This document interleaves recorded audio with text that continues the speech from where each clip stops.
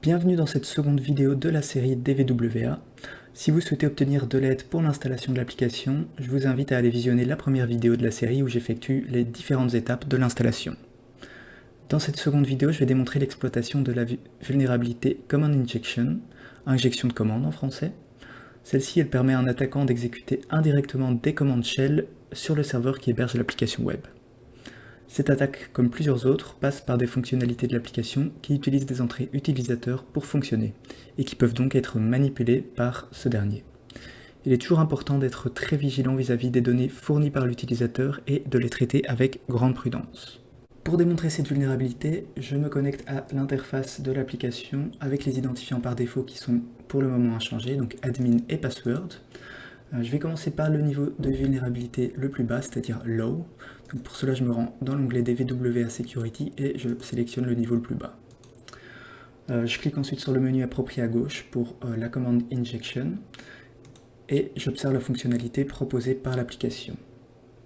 Avec les indications textuelles ici à l'écran, j'imagine que je peux rentrer une adresse IP dans le champ qui va bien et soumettre la requête.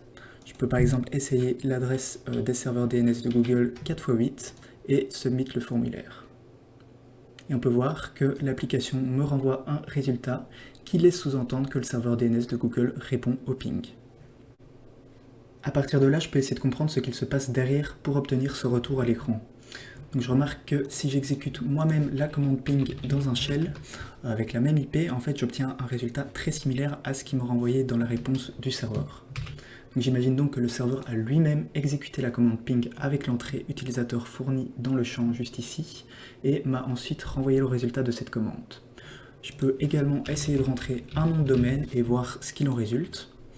Est-ce que le ping va passer? Et je peux voir que oui, le ping est bien passé. À nouveau, pour des raisons de compréhension, je peux me rendre sur le serveur Ubuntu et filtrer les requêtes ICMP avec l'utilitaire tcpdump. Cet utilitaire il permet d'analyser le trafic. Ici, je filtre sur les messages ICMP. Et à partir de là, je peux essayer de rentrer une adresse du côté client. Et je peux observer que en fait, le serveur effectue bien lui-même les pings. Et donc, ça confirme la fonctionnalité. Alors, ce qui est plaisant avec DVWA, c'est que je peux observer le code source du côté serveur en cliquant juste ici sur View Source, ce qui permet de comprendre en détail ce qui se passe en arrière-plan.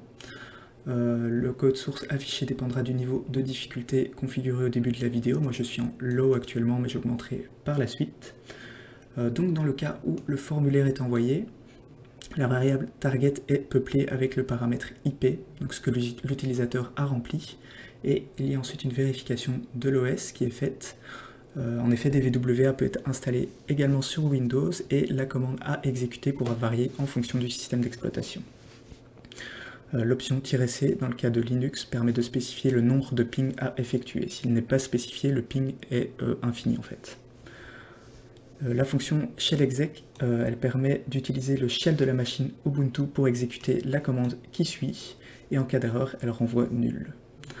La dernière ligne du code, elle renvoie ensuite le résultat à l'écran de l'utilisateur. Alors dans quelle mesure ce code est-il vulnérable ? On vient de voir que la commande ping était exécutée avec le shell de la machine et avec l'argument de l'utilisateur. Et avec un shell, il faut savoir qu'il est possible d'exécuter plusieurs commandes sur une seule ligne grâce à certains caractères que j'affiche actuellement à l'écran. On a donc le caractère point virgule où la seconde commande sera effectuée peu importe le résultat de la première.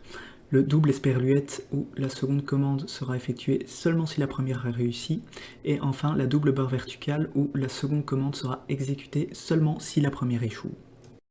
Par exemple, si je rentre la commande ls.ls, celle-ci va être exécutée deux fois. On voit que le résultat, j'ai deux fois test, alors que dans mon dossier actuel, je n'ai qu'une fois le fichier test, donc la commande a bien été exécutée deux fois. Pareil, si j'exécute ls echobob, on voit que les deux commandes sont exécutées. Je vais donc utiliser cette propriété dans le champ utilisateur de l'application pour exécuter mes propres commandes via le chaînage sur le serveur Ubuntu. Donc je peux rentrer comme tout à l'heure 8888 et chaîner une autre commande, par exemple cat/etc/passwd, et on va voir que dans le retour, en fait, je vais bien avoir le résultat du fichier passwd. L'exploitation a donc réussi. Il faut savoir que la commande exécutée sur le serveur est exécutée avec l'utilisateur du processus Apache, qui est par défaut www.data. Et donc, je ne peux pas exécuter toutes les commandes, car il y aura des restrictions au niveau des droits d'accès. Par exemple, si j'essaie d'afficher le fichier etc shadow, qui contient les hash des mots de passe utilisateurs, ça ne va pas fonctionner, parce que derrière, les droits bloquent cette commande. Je peux maintenant essayer de passer au niveau médium et d'exploiter à nouveau la vulnérabilité.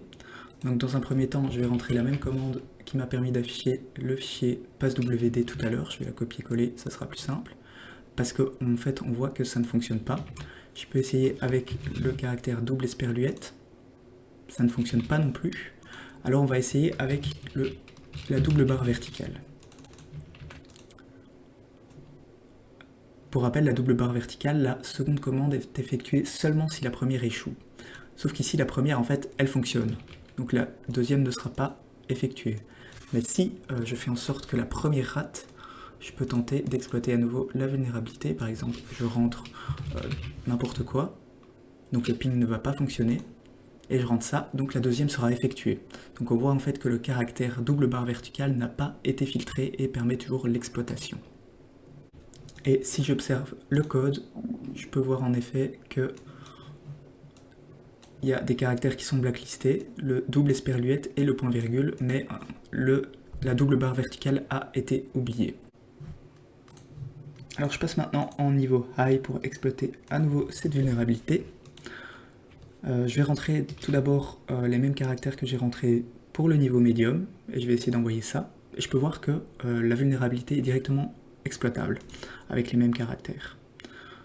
J'obtiens bien le fichier passwd à l'écran. Donc ma seconde commande a été exécutée. Et quand je regarde le code source du niveau high, je peux voir pourtant que la double barre verticale semble filtrée dans la blacklist. Mais en fait, il faut noter qu'ici, on a la simple barre verticale avec un espace qui est remplacé par rien du tout. Ce qui fait que quand je rentre cette commande-là ici, la simple barre verticale dans un premier temps avec l'espace va être supprimée, ce qui fait qu'il restera une seule barre verticale. Et quand je regarde la blacklist, on n'a pas une seule barre verticale, du moins sans espace après, ce qui fait qu'en fait, ici la commande va passer. Il faut également se poser la question pourquoi une simple barre verticale passe alors qu'on a vu tout à l'heure que dans les caractères de chaînage c'était une double barre verticale. Mais il s'agit également d'un caractère spécial sous le shell qui permet d'envoyer la sortie de la première commande vers la seconde commande. C'est pas un caractère de chaînage, mais ça a une propriété également spéciale qui permet de chaîner les commandes et donc dans ce cas-ci d'exploiter la vulnérabilité. Donc là je vais passer en niveau impossible. Donc ce niveau il est en général là pour montrer les bonnes pratiques, ou en tout cas il n'est pas censé être exploitable. Et ce qui est intéressant, c'est qu'on peut voir justement comment on peut se protéger de la vulnérabilité injection de commande. Je vais regarder directement le code source. Et je peux voir que quand le formulaire est envoyé, il y a tout d'abord une vérification avec un token anti-CSRF qui est effectué. Donc j'en parlerai dans une prochaine vidéo plus appropriée. Ensuite, on récupère à nouveau le paramètre IP, donc ce que l'utilisateur a rentré, et on enlève avec la fonction strip slash tous les backslash de la chaîne de caractères. Ensuite, on va vérifier qu'il s'agit bien d'une IP, que l'utilisateur a rentré une IP pour limiter ce qui est possible d'entrer. Pour cela, on va séparer l'entrée utilisateur au niveau des points, donc en 4 octets, ce qui fait qu'on va obtenir un tableau de 4 octets, et sur chacun de ces octets, on va vérifier qu'il s'agit bien d'un nombre. Donc 4 fois sur chacun des 4 octets. Il s'agit d'une condition. Et on va également vérifier que la taille du tableau est bien de 4. Ensuite, on va recréer une chaîne de caractères avec les octets qui ont été vérifiés. On sait maintenant que ce sont bien des nombres. Et si justement on est sous Windows, la commande suivante sera effectuée. Sous Linux, ce sera une autre commande.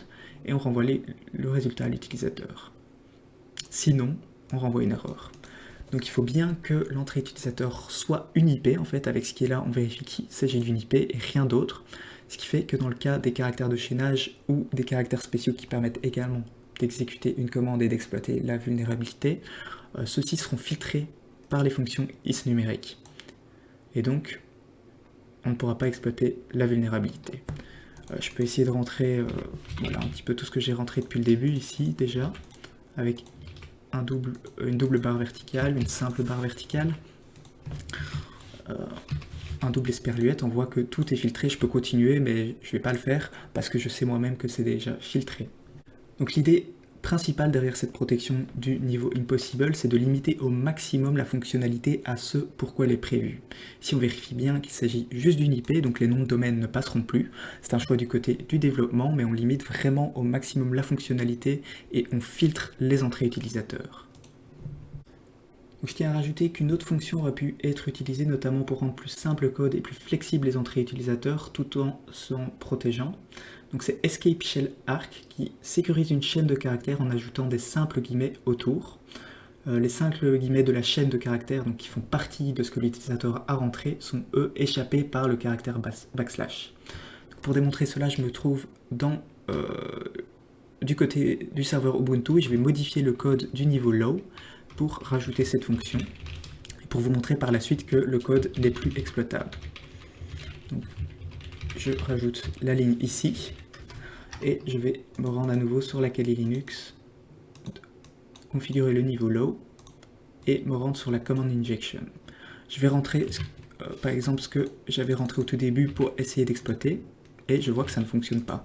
Et je peux essayer avec tous les caractères de chaînage et ça ne va pas fonctionner, ni avec le caractère simple barre verticale.